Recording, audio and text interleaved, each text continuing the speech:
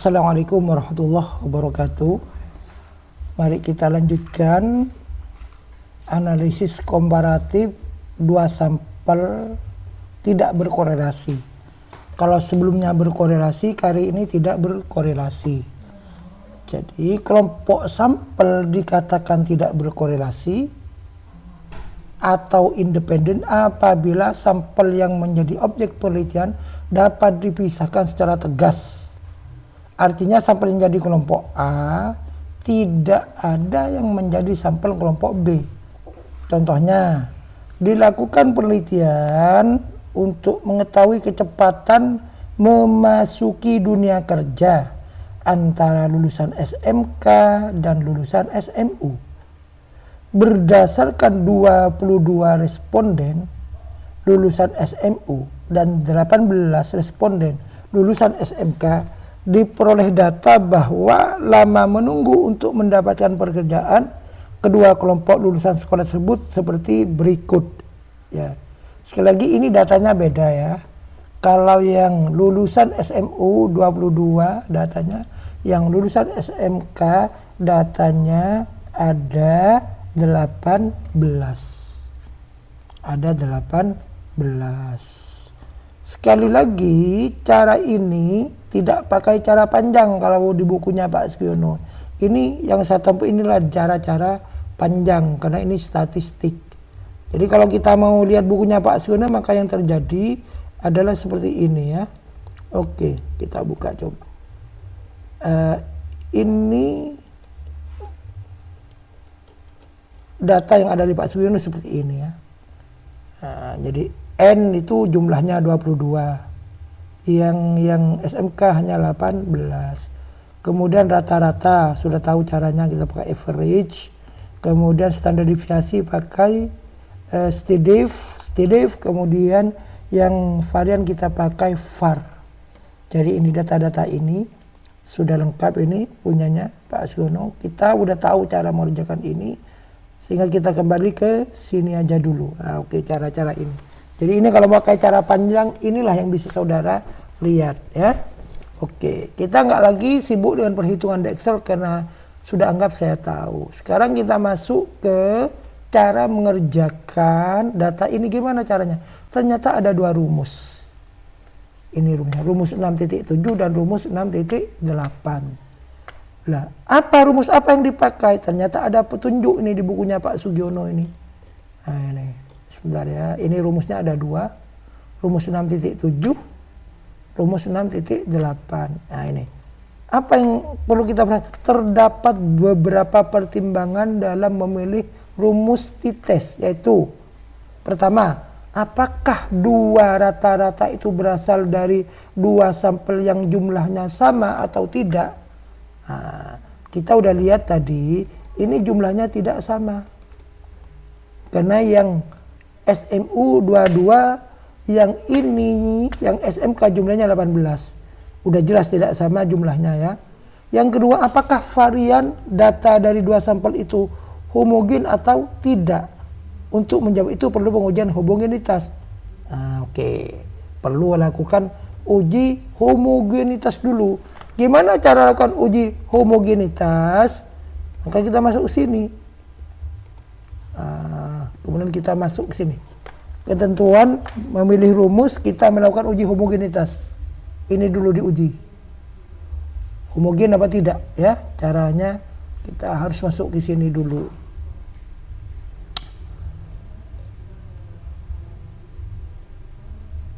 Ya, ini caranya varian ini rumus uji homogenitas, varian terbesar dibagi varian terkecil. Ya. Kita lihat misalkan di sini variannya itu ya. Ini buka Sugiono ini variannya ini. Varian terbesar dibagi terkecil 2,28, satunya 0,65. Ini variannya berarti 2,28 bagi 0,65. Nah, ya, masuk ke sini ini 2,28 dibagi 0,65 ketemu 3,49. Ketemu 3. Kemudian untuk menentukan ini homogen apa tidak, maka perlu masuk ke F tabel. F tabel. Jadi membandingkan F hitung dengan F tabel. F hitungnya ketemu 3,49. Untuk itu kita perlu mencari dika pembilang. Dika pembilangnya sama dengan N1 kurangi 1 berarti 22 kurangi 1 ketemu 21. Dan dika penyebut sama dengan N2 kurangi 1 ketemu 18. Jadi dika pembilang kita cari 21. Nah, ini 21 udah ada di sini. Kemudian dika penyebut ketemu 17. Berapa ini? Biar tidak bingung saya kasih jalan pintas lagi.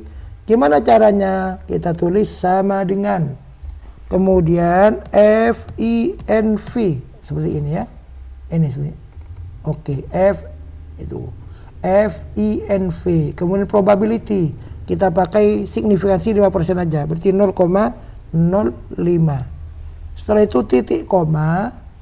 Setelah titik koma kita lihat tadi berapa pembilangnya. Pembilangnya tadi 21. Penyebutnya 17. Tutup kurung kemudian enter. Ini 2,21.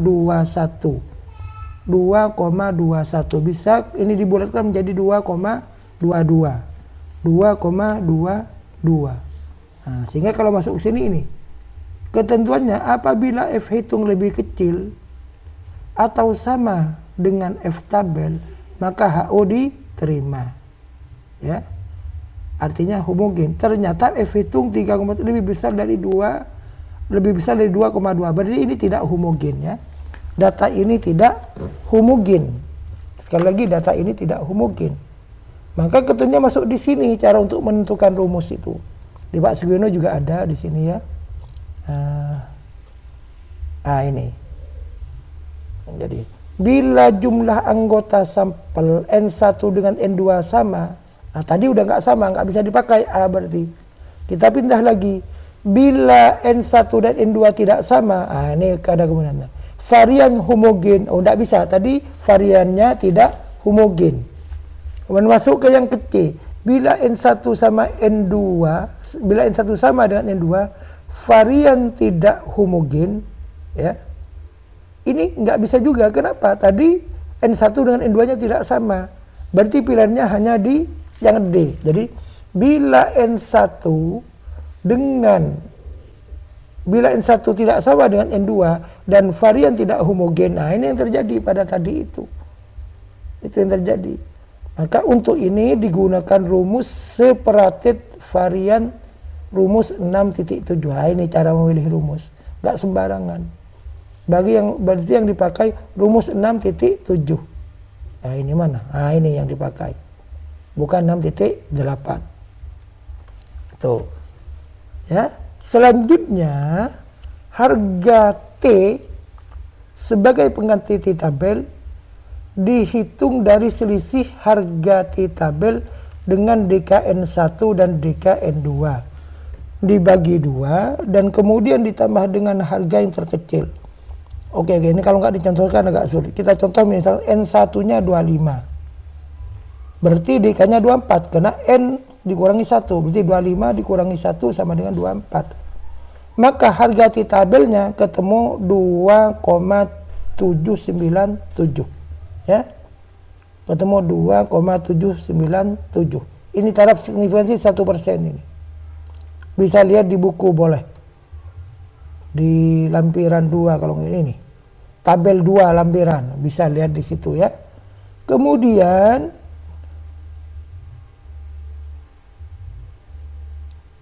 N2 sama dengan 13 kurangi 1 berarti 12. Maka T tabelnya ketemu 3,055.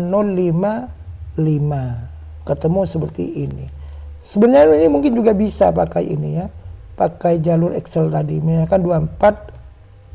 Mana ya? 24 kita tulis misalnya sama dengan kita pakai TINV. Kemudian ini 1% tadi 0,01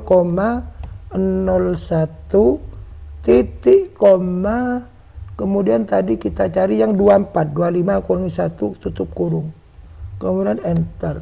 Nah itu 2,79 27,9 diberikan Kalau dibulatkan ini akan ketemu, misalkan kita bulatkan aja biar persis ya. Nah itu 2,797.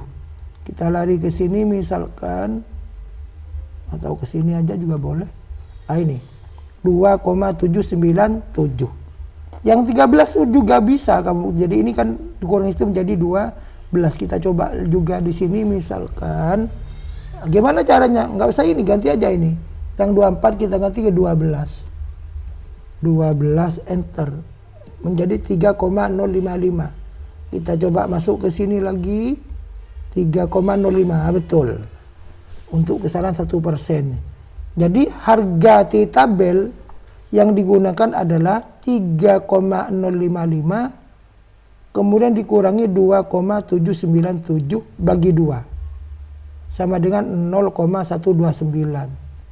Nah, selanjutnya harga ini ditambah. Jadi yang ditambah Pak 0,129 ditambah. Ditambah berapa? Ditambah yang terkecil 2,79. Jadi 0,129 ditambah ini 2,797 kan itu yang terkecil. Sehingga ketemu 2,926. Nah ini cara mencari tabel pengganti ketika datanya tidak sama antara X1 dengan X2 dan tidak homogen. Berarti yang dipakai ini jelas pakai yang D. Oke ya. Udah ketemu. Jadi rumusnya pakai yang D. Nah ini rumus D-nya udah. Maka kita langsung masukkan aja ini rata-ratanya berapa. Rata-rata X1-nya ini ketemu 2,91. Masukkan aja. Dan 1,78 masukkan aja ke sini.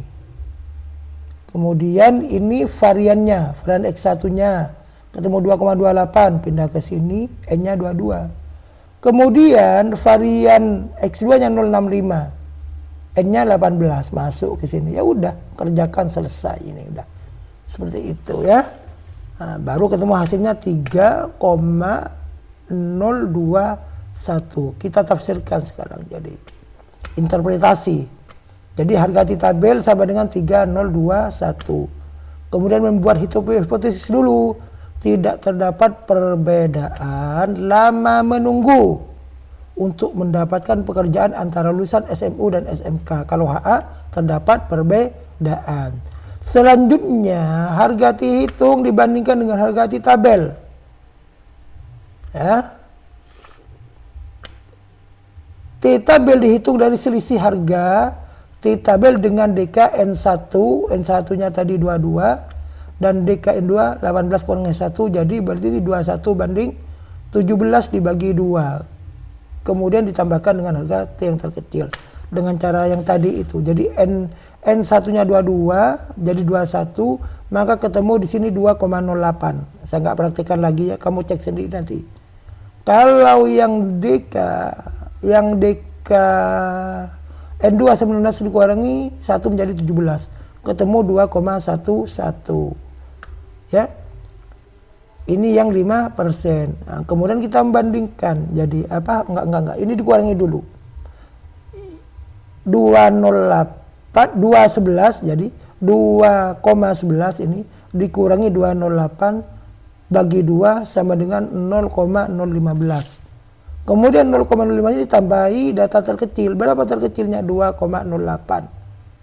Tambahkan harga tabel kecil 2,08. Jadi tabel pengganti adalah 0,015 tambah 2,08 sama dengan 2,095. Yang ini yang dibandingkan dengan T hitung. Berarti ini ternyata T hitung 3 ini 3,021 lebih besar dari T tabel. Karena lebih besar berarti yang diterima adalah HA. Berarti terdapat perbedaan lama menunggu untuk mendapatkan pekerjaan antara lulusan SMU dan SMK. Nah, ini kalau digambarkan ya.